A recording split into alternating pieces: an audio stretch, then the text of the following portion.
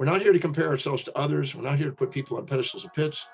We're here to compare our daily actions to our own highest value and then stick to the priorities. If we fill our day with high priority actions that inspire us, it doesn't fill up with low priority distractions that don't. And we're automatically, spontaneously disciplined, reliable, and focused to achieve them. And we build momentum incrementally to build ever greater goals that are more congruent as we get to know who we are and live congruently and authentically according to what's really meaningful. Yes. Dr. Mindy in the house. All right. I appreciate that. The carnivore diet. Because of what we eat. Honestly, you've really touched my heart. What I really want to dive into, and I feel like my audience is really going to gain incredible insight from, is we're going into 22. January is right around the corner. When people are listening to this, it will be January, and people are going to set New Year's goals. And you know, the statistics on New Year's goals are like within 2 weeks, they're gone, they're done. People didn't succeed. And then the limiting beliefs show up in their own mind. So you are one of the best that I know at helping people line up with their goals. So can you walk us through, if I'm looking a goal in the face and I want to achieve something in my life, how do I line my mind up to be able to do that and overcome any obstacle that could derail me? First of all, many people set New Year's resolutions based on transient voids that they want to fill. So let's say they've gone and overspent their money during the holidays and spent more money than they ideally would have liked. And therefore they feel that they're, a bit of debt. So now they're going to go, well, I'm going to start saving my money now. And I'm going to be more conscious of what my spending is. Or they may have overeaten, because sometimes they let themselves loose because they don't have accountability during that time. And so now they say, I'm going to go on a diet. So these are transient voids that drive a transient value. Values fill voids. Fulfillment means filling full something that's perceived as missing or empty. So when you have a transient void, which just temporarily occurs, which is out of routine during the holidays, and you set up a fantasy that you're going to now make that a whole year, when in fact, those voids will dissolve in 2 weeks, 3 weeks, because now you got your routine back and you get your spending back by the next month. They're likely to not be lasting objectives. And most people don't realize that if something's really important to you, it has a lasting void and lasting value. I had a desire to learn. And so there's no end to learning. So I read and study every day. So it's an unending thing. But I might have a temporary, I may not have gotten to work out for 2 weeks. And then I go, I need to go work out. So I have a temporary void. But every human being lives by a set of priorities, a set of values, things that are most important to least important in their life. And in this hierarchy of values that they have, which is fingerprint specific to them, no two people have the same set of values. Whatever's highest on the value, you're spontaneously inspired to do. Whatever is lower on the values, progressively lower, you need extrinsic motivation to get you to do. You need a reward if you do it, and a punishment if you kind of thing. And anytime you need motivation, extrinsic motivation to get you to do something, it's not really important to you. You just think it is. When somebody says, this is really important to me, but then I keep procrastinating, I keep hesitating, it's not important. Other things are more important, it keeps taking precedent. So if you don't know what your real values are, you don't know what really is priority to you, you can often compare yourself to somebody else, think, oh, I wish I could be like them. Oh, I don't have that. Have a temporary void, set up a fantasy of trying to envy somebody else and imitate somebody else, which leads to kind of a self-depreciating, limited belief system. Anytime you set a goal that's not aligned with what you value most, you're going to decrease the probability of achieving it. So I tell people, don't waste your time on goals that aren't truly meaningful to you. Don't waste your time on goals that aren't really in priority. Don't waste your time on goals that your life doesn't demonstrate is truly important to you, or you're going to self-defeat. You're going to keep training yourself that what I say, I don't do. Where if you do something, you do spontaneously. See, I don't need to have a goal when it comes to teaching and research and learning. I do it every day spontaneously. That's what I love doing. It's not work to me. Just like you probably do the same thing, and maybe with health Ask yourself. Obsessed. Nobody has to motivate you to do that. No. Motivation is a symptom, never a solution for human beings. Yeah. So you need to find out what you're intrinsically driven to do and set goals that are congruent with that, and not compare yourself to other people because they have a different set of values. And anytime you're a cat trying to expect to swim like a fish, you're going to beat yourself up and you're going to think I have a limited belief. But the truth is that you have a very dedicated, very disciplined behavior in what's valuable to you. You just need to discover what it is and not compare it to somebody else. We're not here to compare ourselves to others. We're not here to put people on pedestals or pits. We're here to compare our daily actions to our own highest value and then stick to the priorities. If we fill our day with high priority actions that inspire us, it doesn't fill up with low priority distractions that don't. And we're automatically, spontaneously disciplined, reliable, and focused to achieve them. And we build momentum incrementally to build ever greater goals that are more congruent as we get to know who we are and live congruently and authentically according to what's really meaningful. Yeah. So if I have a health goal, and this is one thing that I've just seen in 25 years of practice, is people can set a health goal, but it's not their highest value. So let's use weight loss as an example. So let's say I want to lose 30 pounds. And maybe I want to lose it because I want to impress somebody, or because society says I should look a certain way. But it's not my highest value. Can I make it my highest value? How do I change it so on the value ladder? Like, is there a way to improve my values around what's right for my life? Yes, but let me share a story if you don't mind. Oh, please. I was asked to do a reality TV show at Universal Studios a number of years back. And they gave me 12 people to transform the lives of 2 hours each in 24 hours. I had 24 hours to transform 12 people's lives. Okay. Wow. And it was a very intense 24 hours. But what was interesting is there was a lady there that was quite obese. And she walked in right before we started filming. And she brought in and carried 2 giant boxes of food in. And she said, "Oh, I got everybody some food so we wouldn't starve," and then went on to eat the entire 2 boxes. Wow. And she said, and she said to me, she says, "You got to help me. I can't lose weight. You got to help me. You got to help me. I just want to lose weight. And I looked at her and I said, "Ma'am, I'm going to be blunt with you. If you lie to yourself, you're not going to get anywhere. Yeah. Every decision you make is based on what you believe will give you the greatest advantage over disadvantage. Right now, you consciously or unconsciously have more advantage keeping weight on and eating than you don't. So if you would like me to help you, I'm going to ask a very pertinent question. It's going to be seemingly illogical to what you think, but will help." I asked her, "What exactly is the benefit you're getting out of keeping weight on and eating?" It says, "Not, it's killing me. Look at me." I said, Stop. What's the benefit you're getting out of keeping weight on and eating? And she paused for a second after dodging it a few times. Then she said, "Everybody in my family is very big. If I'm not big, I don't feel like I'm loved or part of the family." Yeah, okay, I've seen that. Write that down. Yeah, write that down. Okay, now number 2, what's another benefit you're getting out of keeping weight on and eating? She said, "My sister is bigger than me. We used to fight like cats and dogs.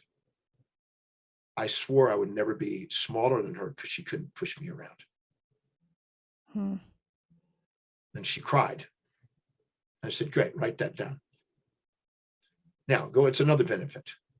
And all of a sudden she told me the story that was a really interesting one. She said, "I went on a really, really, really strict diet. I lost 45 pounds one time. When I did, I started to get a bit of a figure. First time in my life that I could remember." Then she said, "And a guy hit on me and showed affection. I'd never had a guy hit on me. I thought he was loving me. I didn't know he was just, interested in sex. We made love the very first time I ever made love in my life. And the next day I never saw him again. And 6 weeks later, I found out I was pregnant. And I'm Catholic. And I have this conflict. If I have an abortion, I feel I'm in hell. if I keep a baby, I'm with a baby I don't want. I'm in hell. I saw no alternative, and I got the abortion. Now I've had that pain and suffering because I'm now thinking I'm in my Catholic bringing, the Catholic guilt thing. I'm bad. Mm-hmm. And I said, and then did you put weight on after that? She says, I did. I said, I never wanted to be in that position again. I never wanted to lose weight again. Because last time I did, it was the most painful thing in my life. I said, great, write that down.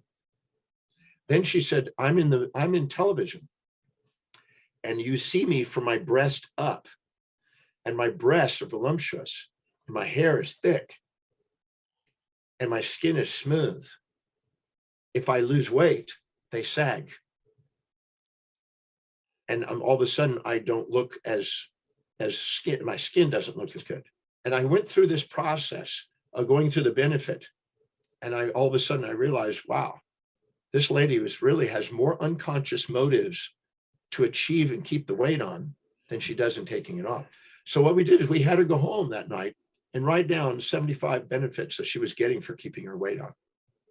When she then realized this, she came back the next day. She said, I really don't have a desire to get rid of my weight, do you? I said, no, it's time to wake up and face the truth about yourself and realize that that's what's happening. So now she said, well, is there anything I can do about it? I said, yes. We need to find an alternative way, a viable alternative way of getting all those benefits, how to be part of the family without having to eat, how to be part of the relationships without having to necessarily have sex and being set up for that, and come up with viable alternatives. Then what we need to do is we need to find out what your actual values are. And we need to link all those viable alternatives to what your values are and stack up neuroplastically new pathways in the brain to see that I can get what I really want in life if I follow these new alternatives.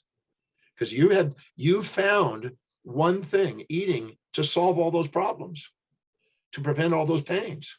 Amazing. That's ingenious. It's not wrong. You're not foolish. You found a very strategic way of getting what you want through eating, and it worked. It's avoided all these situations that are pain. So until we have viable alternatives. Once we get the viable alternatives linked, then we can come in there and now associate the pain with the eating. Well, now we can come up with the drawbacks, because until you have a viable alternative linked to your brain, if you go in there and show the pains of what you're doing and you don't have an alternative, that's even more scary. So you go right back to it. Yep. So then we took the downsides of that. And there's never an addiction to something without a subdiction. And the subdiction is always a painful event that you're trying to avoid. And it's creating a dissociation and emptiness that you're trying to fill. And so I went through a 13-step process with her. And I did it outside the 2 hours time, because I didn't have enough time to do it. Yeah. And set her on a pathway, which then gradually, slowly, over about 1.6 months, started dropping her weight until she got down to where she now knew how to control her own governance. She never had a problem. She had an unconscious strategy. People have unconscious motives and don't realize it. And then they try gimmicks, and they temporarily get a little high, and they can discipline themselves while they're infatuated with the gimmick, but that wears off. Hedonic adaptation makes that wear off. Yep. And then they go back to the pattern. Amazing. So if I'm looking at a goal, what I just heard from that is I need to understand where I'm gaining from the place I'm in at. The current place. Current yeah. Because the goal may take away, like love is a really interesting one, especially, the classic, the 5 people you hang around are the people you're going to become like. And if those are your favorite people and they have a life that is not congruent with health, then it's going to be really hard to step out of that. So if I'm setting a goal for the new year, then I need to understand where I may be benefiting from, I don't know a better way, the discomfort that I have in my life before I even look at the goal. Would that be accurate? The thing is every decision is based on what you believe at that moment is going to give you more advantage and disadvantage. Every decision.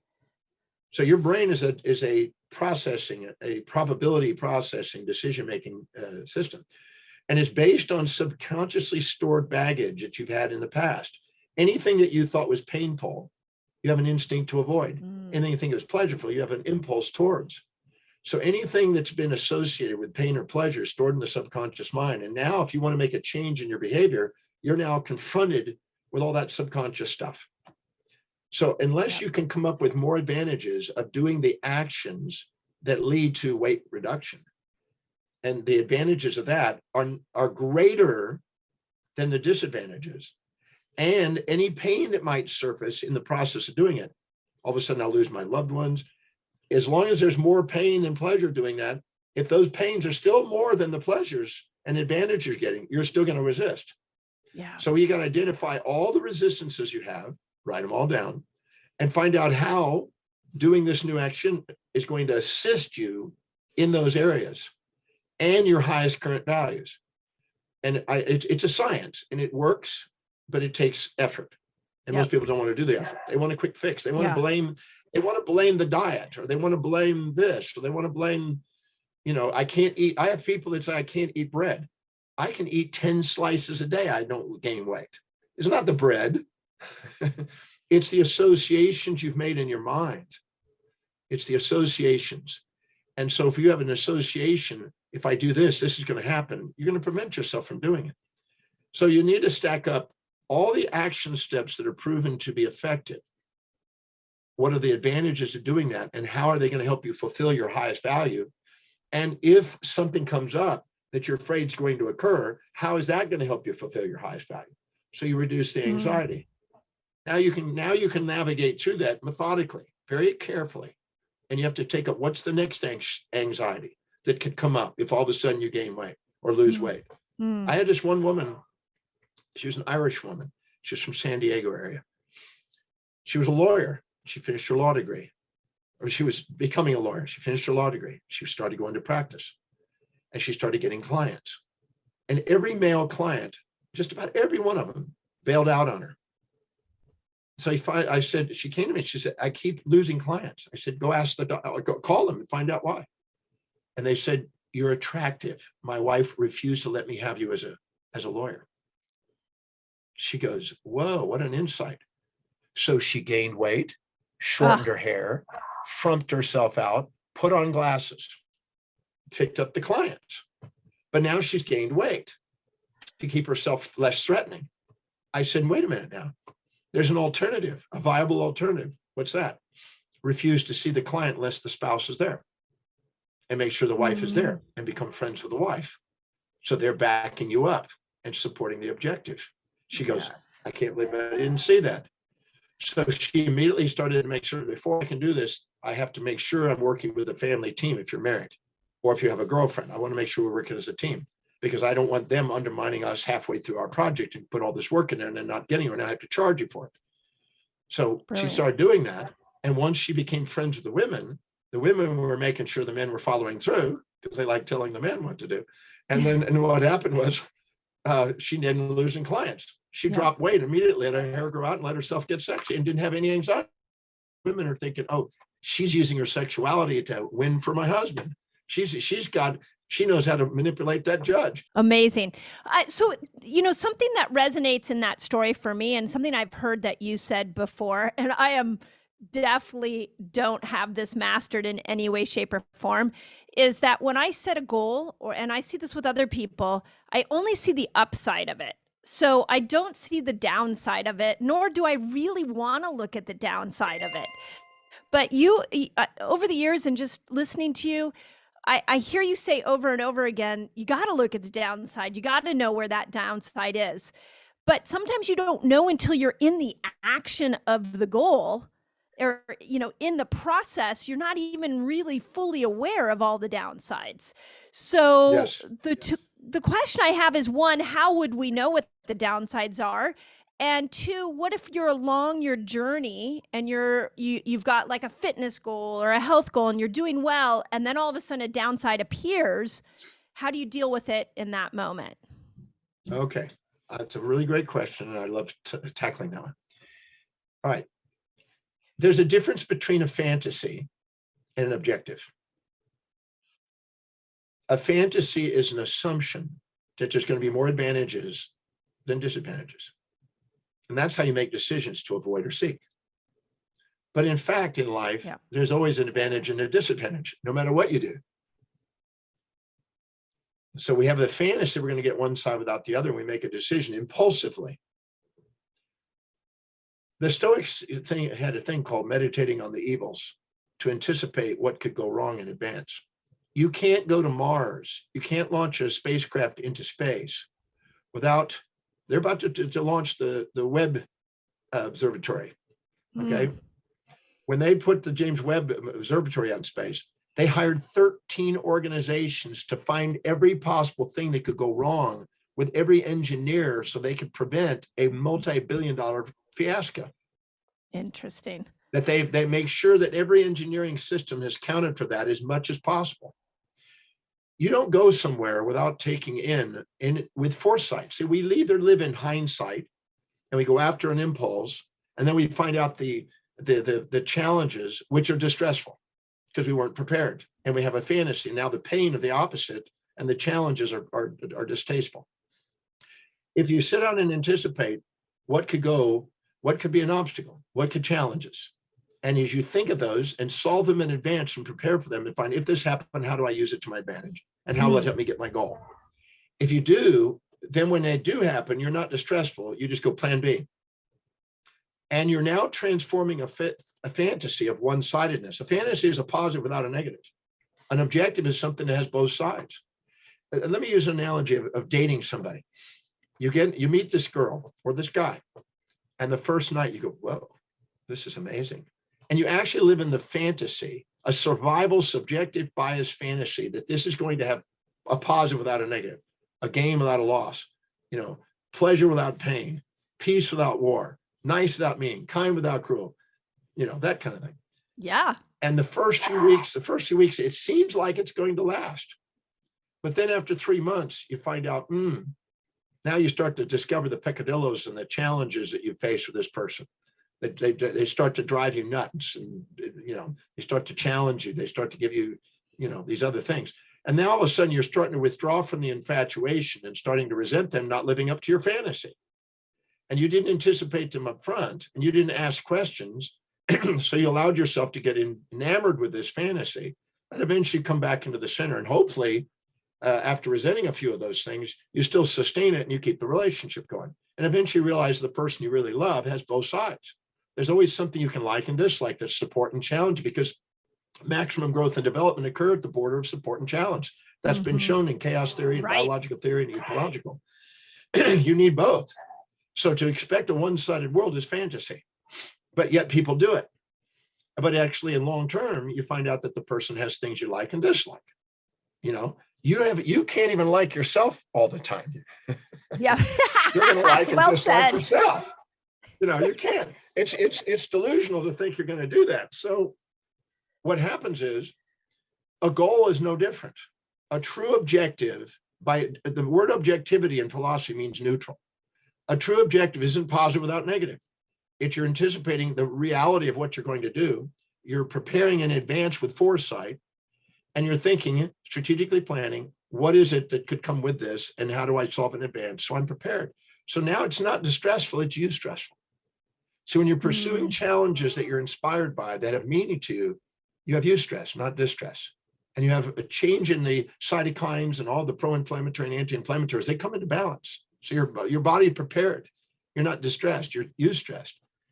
So by thinking in advance, what are the challenges that you might face, and how do you solve them in advance, and how can we use them to our advantage? Once you see that everything is on the way and you're prepared for it, you're more likely to get it. I used to live in Trump Tower in New York. We lived underneath Donald, where he lived. Wow. He lived on the top 3 floors. We were underneath him. And I knew Donald. I've lectured with Donald. I've been in his office. I've known him for 29 years. He's a crazy guy. But we were coming down the elevator one day, my wife and I and him, and we came into the lobby together, and there's about a dozen people waiting for him down there. And we're going on the way to have some sushi just down the street. It's on 53rd Street, 56th Street and 5th. So we literally go up to the corner, and we're listening to the conversation that Donald's having with all his little disciples. And we're waiting at the light to go across the light, and we're hearing him. And then as he goes off, he veers off towards the plaza, we go straight. But he had 12 people with him, And each of them were specialists to think of what could go wrong on the Hudson River project. This is right when he was building the Hudson River project. And so he said, all right. And one was a specialist in Indians, American Indian history. Oh, interesting. And I thought, this is interesting. He said, I want you to make sure that there's no burial grounds of Indian burial grounds where we're about to dig in this square. He has a mile that he's going to be building buildings in, a whole mile. I want to make sure there's no historical things that we start building, we start digging, and all of a sudden we're tied up for years on an Indian burial ground that's sacred. So we had a specialist in there to go and research to find out before we're advanced. Then we had a geologist. He had a geologist there to think of what are the geological formations in that area, what type of rock we're going to do, what type of drilling we're going to have to do, how are we going to break this rock up, because we got to go down 10 stories into the rock. Then he had somebody there that was anybody in the real estate there. What are the possible people they're going to try to refuse to sell? Because some of the places aren't sold yet. And how are we going to find out what their family is and what their psychology, what their needs are, what their income levels, and how do we make sure that we get them to sell out so we can get that land? I mean, he had specialists on every possible challenge and obstacle that might be involved to build that. It wasn't positive thinking, let's go to Mars.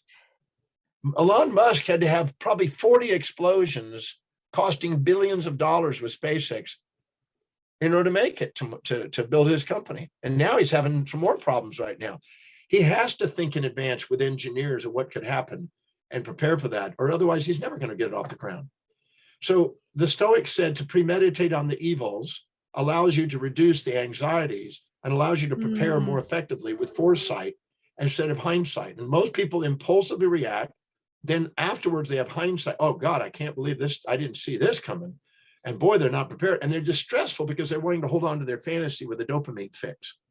So it's wise to have foresight more than hindsight, to live in your executive center instead of your amygdala, the desire center, and to anticipate so you're prepared. So you actually go plan B, plan C. No problem. Plan D. Because you already know it's coming. You already have it there. What I find Now, you will not know all of them. Right. But as you go, you don't want to stop anticipating now what could go off. Yeah. Chris Hadfield, the astronomer, the astronaut, was being interviewed on London Real. And they said, they rehearse 1,000 times what could go wrong. If this happens, what do you do? Until it is automated so you don't have emotions. Emotions destroy achievements. But Warren Buffett says emotions destroy wealth. Until you can manage emotions, don't expect to be wealthy. Robert Greene says, don't expect to be a leader if you can't manage emotions. That's the number one thing that stops people off is their amygdala, because it's impulsive. It's great for survival, but not for goal setting. A goal setting is a foresight, not a hindsight.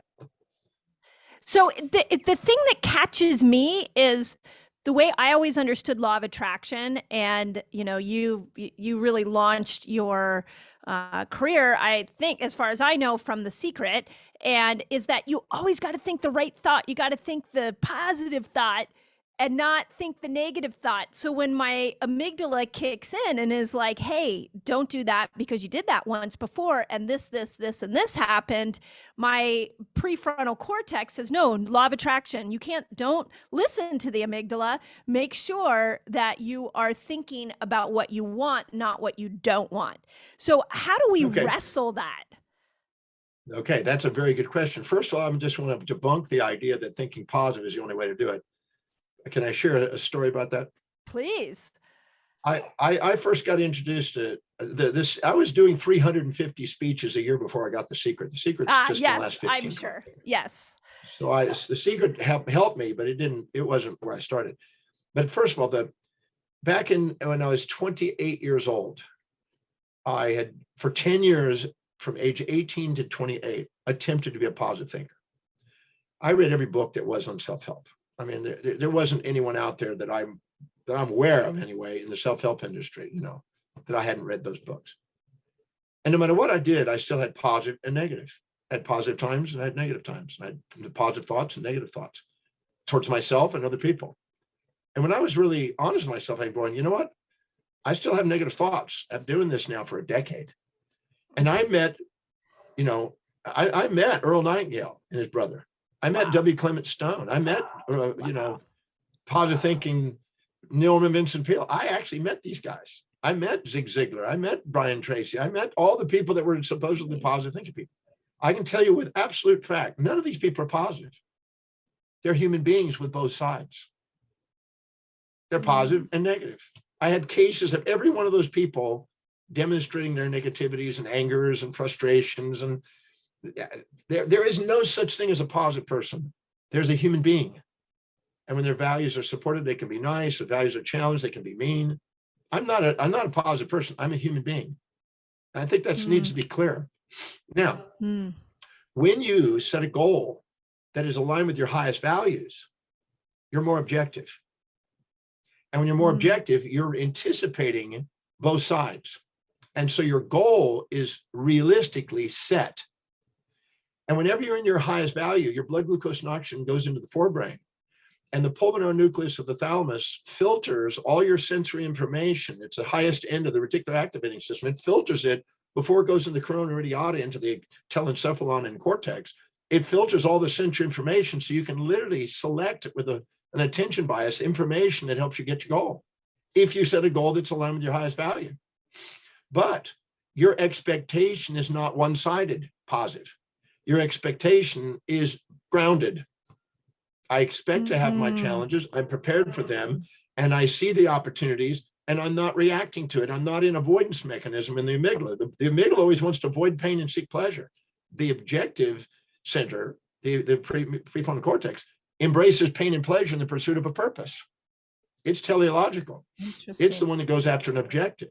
So you have the highest probability of achieving something that you're willing to embrace the pains and the pleasures in the pursuit of than just positive thinking. I guarantee you, nobody on The Secret, I know all of those people, they're not positive. They're human beings. And Rhonda went through all kinds of crazies when she came out with that movie. Yeah. That's why there was never a sequel to that. Right. I interviewed her on this podcast and she talks about that. She went into a real dark place afterwards and then came out with, She had all kinds of crazies hit her. Lawsuits. Yeah. There were 3 major lawsuits when the movie came out. That was it. She got tax involvement. There was all kinds of stuff that was happening. So people have a fantasy. And the thing is the majority of people are living in their amygdala and they're responding with impulses. And the mass market, people like to sell to the mass market. So they sell the fantasy. You know, the fantasy will be sold easier than the reality. Most people don't want to know the truth. They want the fantasy. And that sells much faster. And so people sell the fantasy. But I made a commitment in my life. I'm not here to sell a fantasy. I'm not going to do that. The Buddha says the desire for that which is unavailable and the desire to avoid that which is unavoidable is the source of human suffering. So anytime you try to avoid a pain and seek a pleasure, you're going to have suffering because you're going to have a passion that's not going to be obtained. But if you can embrace both sides in a relationship, in a real goal, and in life, you're going to have a resilient, adaptable preparation for a reality of life. But people that are one-sided, they're not prepared for reality and they get slammed by it. The more you're addicted to one, the more you get the opposite. If you're addicted to protection, you get aggression. Whatever you're addicted to, you get the other to break your addiction because you need to grow and you don't grow. If everything supported your value, you'd be juvenilely dependent. You wouldn't grow. And the challenges in life will make you precociously independent. You need both. Maximum growth occurs at support and challenge, positive and negative. So no evidence, there's no evidence. Even the Global Peace Index on the planet has a balance of peace and war in the world.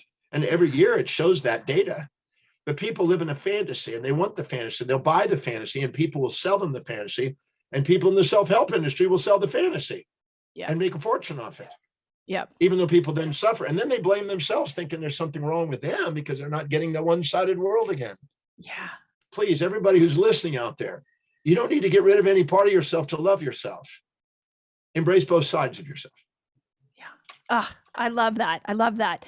So how do you know what your values are? You know, I'm listening to you talk and I'm thinking like one of my values in life is serving people. And I really am clear that I want my life to be of contribution to the world. I'm not here to take anything from the world. I'm here to give back to the world. And I know that's probably a value of yours as well. So any goal that I set that is to help other people, I can handle the downside. But I love this idea that some of the goals I set, when the downside happens, I'm like, yeah, okay, I'm out. I'm now on to something else. So how do I know what my values that are? was the fantasy. That was the Right. fantasy. Yeah. Okay, so please first, I'm gonna shatter something here. It's not gonna feel comfortable. Yeah, go Here for it. Yeah, that's why you're here. Go for it. Okay, so watch this now. Let's say that each of us have moments where we puff ourselves up and inflate ourselves with sort of a pride. And we also have moments where we deflate ourselves and minimize and put ourselves in kind of shame. And we exaggerate and minimize ourselves. We go back and forth. Each of those are personas. They're not our true self. They're personas and masks we wear. Puff ourselves up, beat ourselves up. When we puff ourselves up, we tend to do towards narcissism. And when we beat ourselves, we tend to go towards altruism to compensate. Narcissism is compensation for pride of the past, hidden agenda of the future. Altruism is compensation for shame of the past, hidden agenda of the future. That's basic psychology. Now, the second you puff yourself up, you want to get something for nothing. The second you beat yourself up, you want to give something for nothing. But the second you're actually in a state of equanimity, authenticity, and equity with somebody else, because if you puff yourself up and look down on people, you're going to want to take. If you minimize yourself and exaggerate people, you're going to want to give. But if you put those into balance and have equanimity within you and equity between you and other people, you want to have sustainable fair exchange, which is the only thing that contains the secret to fulfillment in business and in economics and in relationships, etc. People want to be loved for who they are, not their personas. So if they don't live authentically and do a sustainable fair exchange with people, they don't keep relationships. Now, in business, when you do a service, you want to get paid exactly what you feel it's worth. And when people pay for something, they want to get exactly what they think it's worth. So if there's a fair exchange, it's sustainable and they want to continue to do business. If somebody tries to get something nothing or try to give something for nothing, the person giving something for nothing eventually goes, well, damn it, I deserve more than that. The person that gets something for nothing or feels that they got something for nothing feels guilty. Nobody wants to do business with them. So nature automatically gives a feedback like a homeostat to get us back in equilibrium. We have sustainable fair exchange. So I'm not a giver. I'm not a taker. I try my best to sustain fair exchange because I'm into service with fair reward. I don't want reward without a quality service. I don't want a service without a reward. And if you don't define the rewards and declare it up front in the service and negotiate it, you'll be guessing at what the rewards are. And you eventually, that's like bartering, and bartering is inefficient. So you want to be upfront and truly what you want and what you want to give and make sure it's negotiated and it's fair. And if you do, you have sustainable fair exchange. And that's more fulfilling in a relationship. It's more fulfilling in a business. You're more likely to build your wealth, more likely to have less brain noise in the brain because narcissism and altruism leads you in with noise in the brain. And because it's personas. Everything that's going on in our physiology, psychology, and sociology is trying to get us authentic. And an authentic goal is an objective, not a fantasy. Got it.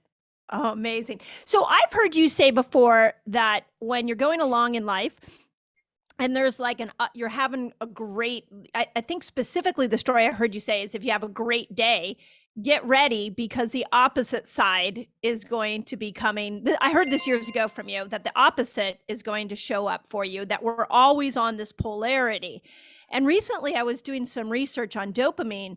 And one of the things that I discovered was that with dopamine, when we go into this molecule of more and we have this anticipation of something really good about to happen, and then it happens, that there'll be a recalibration where there'll be a down moment because you've got to bring that dopamine back down because you can't sustain that dopamine high. Hedonic adaptation. It's called hedonic adaptation. That's okay, so explain that because again, I'm a lemonade gal. I'm like, let me find the good. I'll keep going there. And what I'm learning from this conversation is, hey, you know what? Sometimes it's good to not go there and understand.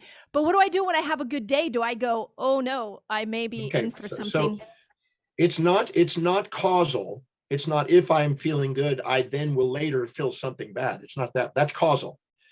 Okay. Wilhelm Wundt, who is the earliest psychologist, like with William James, they're the founders of psychology. He said that there are sequential contrast and simultaneous contrast. Sequential contrast is when you are subjectively biased and you have a false positive on the positives and a false negative on the negatives, or a confirmation bias on the positives and a disconfirmation on the negatives, and you're now infatuated. You're seeing the positives, but you're blind to the downsides. Your intuition is whispering, trying to point out the downside, but you're ignoring it. You're impulsive, shutting out your intuition. When you do, then all of a sudden, you then later, over weeks, you start discovering the downsides. Now, they were there the whole time, but you're blind to them. Yes. And so you look like, it looks like there's a sequential positive and then negative. You're just blind.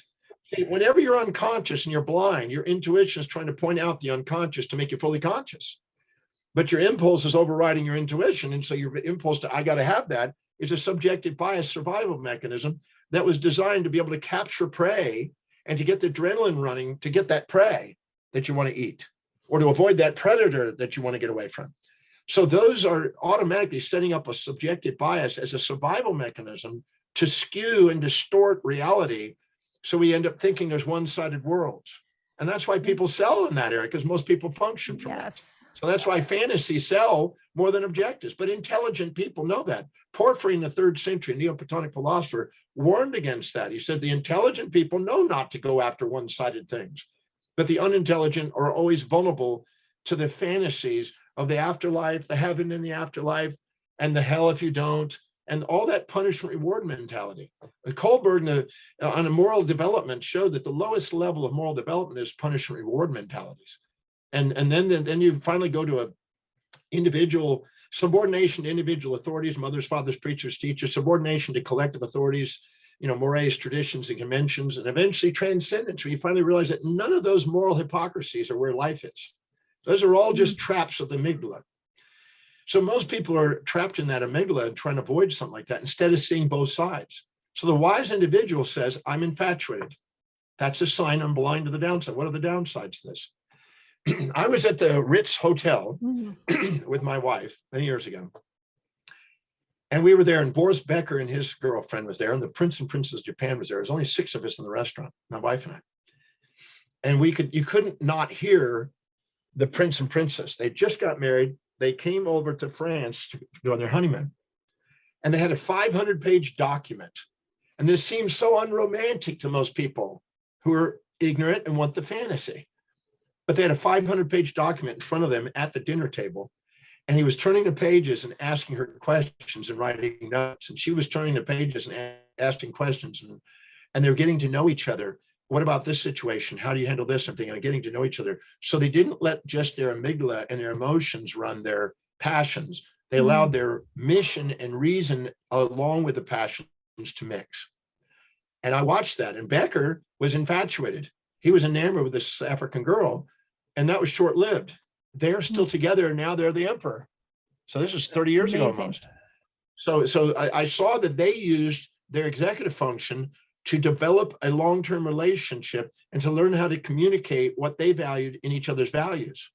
And that's a different thing. I mean, most people don't, I don't want to do that. I just want the pleasure. I want the immediate dopamine fix. Yes. And that costs people. Immediate gratification costs life. Long-term vision and foresight pays life. It's the same thing with investments, same thing in business.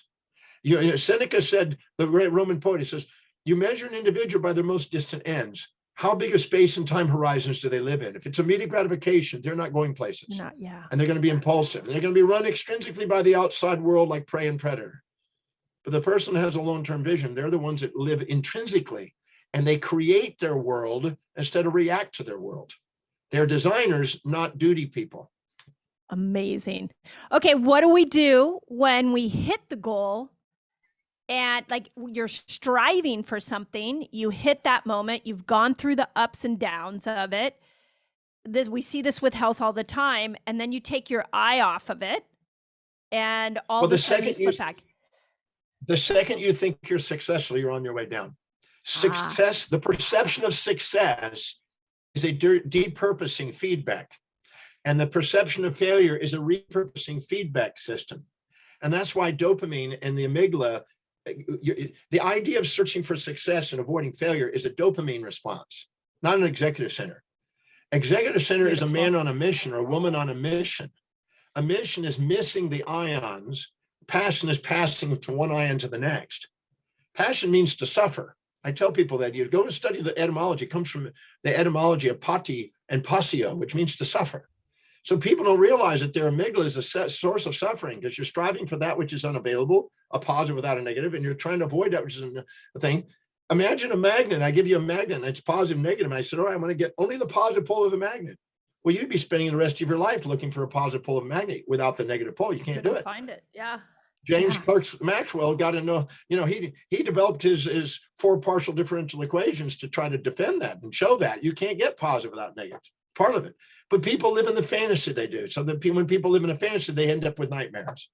Yeah. And they end up with anxieties and phobias and all kind of stuff because, my God, every time I do this pain comes there.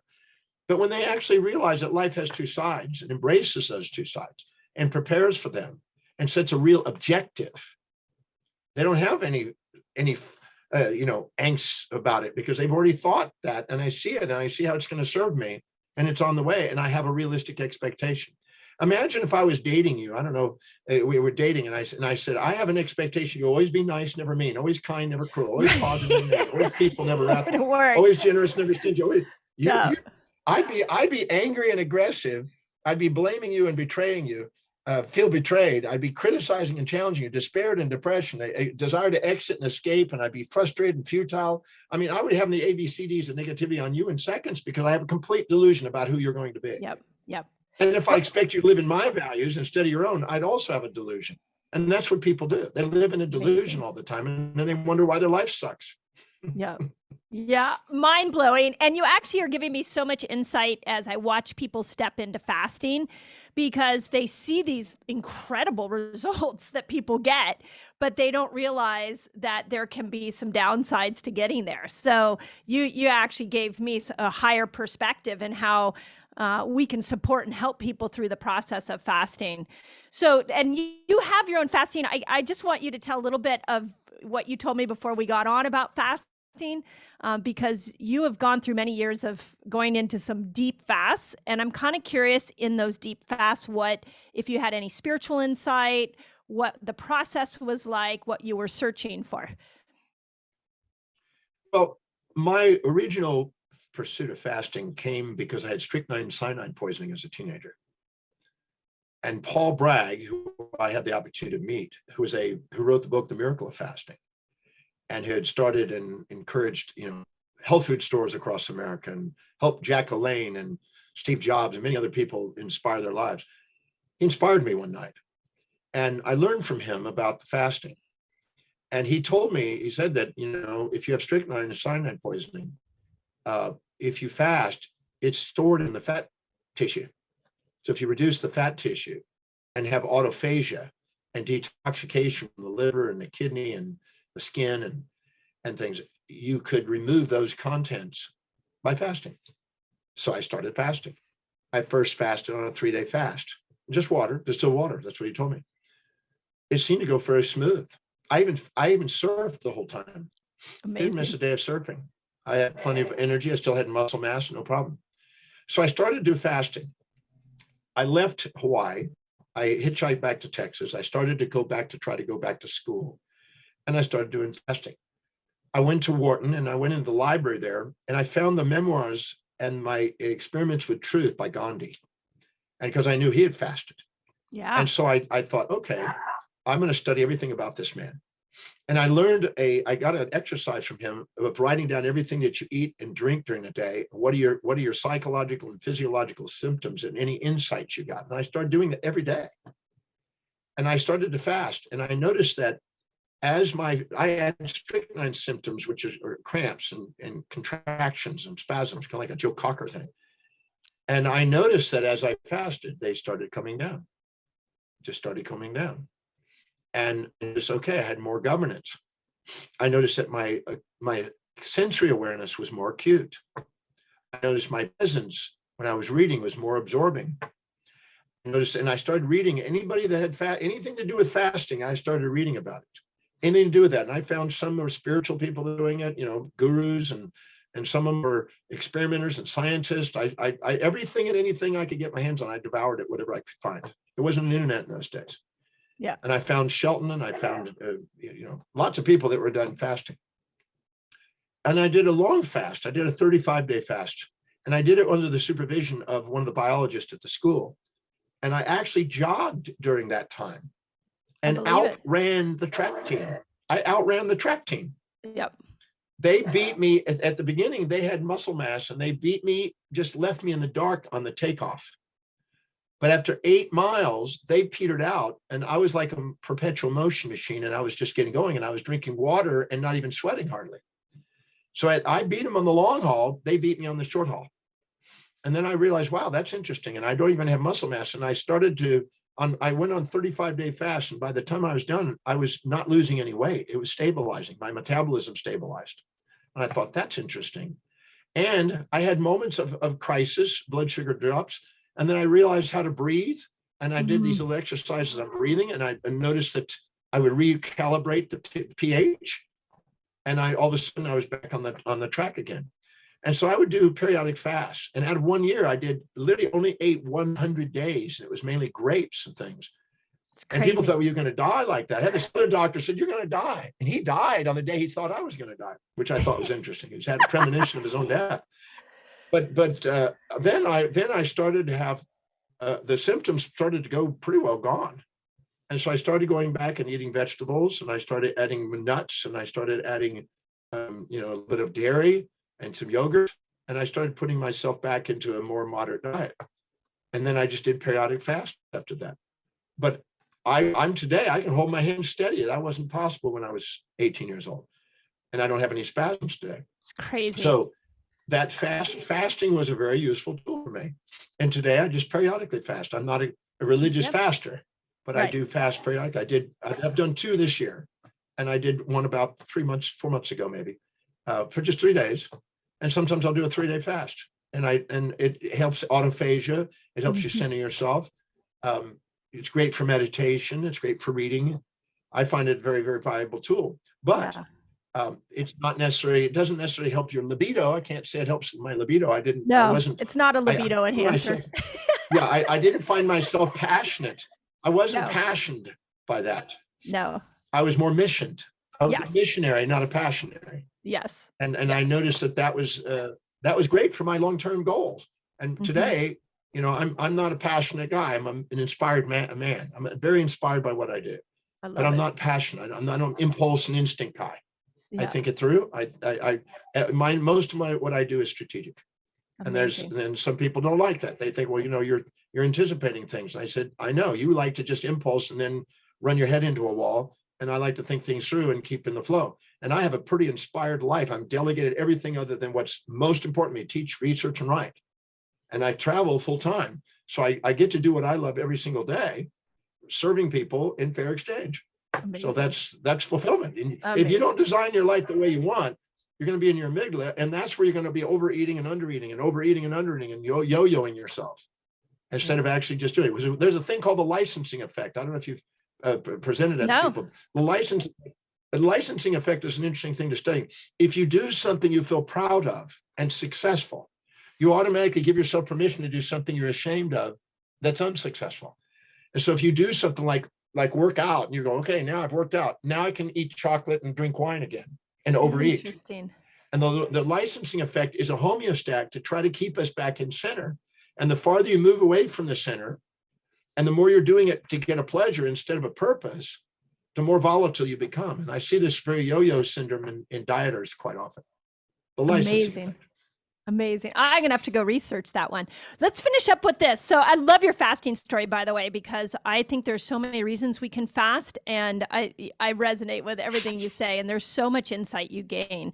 So this season for my podcast is going to really be built upon gratitude because, gosh, we've been through a couple of years of a lot of tumultuous times, and I think it's a great opportunity for us all to ground in gratitude. So do you have a daily gratitude practice that you use, or you seem like maybe you're the type of guy that's just in gratitude all the time? No one's in gratitude all the time. That's that you don't. There grow we go. Okay, there we go. Good. Okay. Yes, I'm learning. But I do have the largest collection of gratitude, a journal of gratitudes than probably anybody I've ever met. It's 27,000 pages. So it's a very large document. And I have it literally right in front of me here. I could pull it up actually. But what I do is I write down every single day what I had the opportunity to do and what I'm grateful for.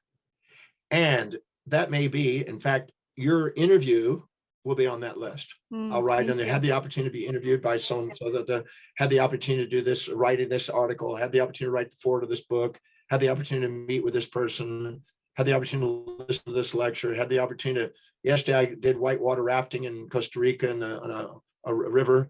You know, every day I write down what I had the opportunity to do, who I got to meet with, who I had dinner with, lunch with, or whatever.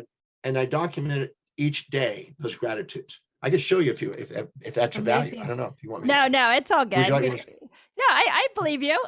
You're my imagination is. But I can show you.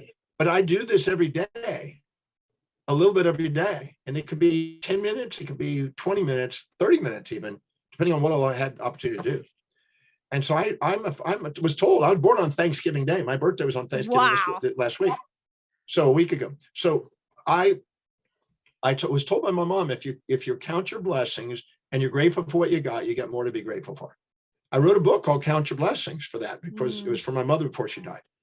And I'm a firm believer that that's gratitude is a sign that you see the hidden order in your apparent chaos. See, most people think there's a superficial gratitude when things support your values. Oh, thank you, thank you, thank you, thank you.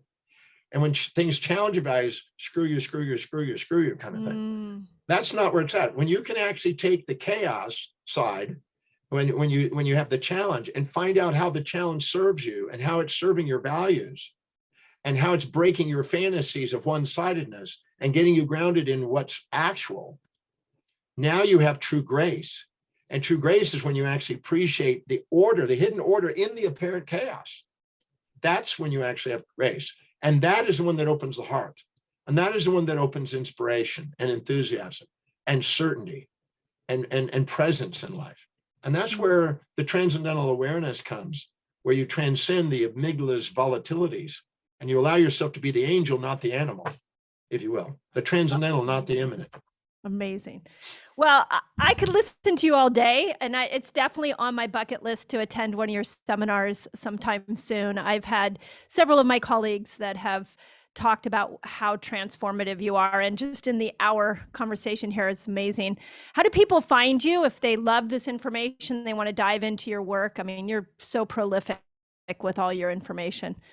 I just simply go to drdemartini.com. And if you go there, beautiful. I would encourage anybody who wants to set a real objective to go on and do the value determination, Demartini value determination process.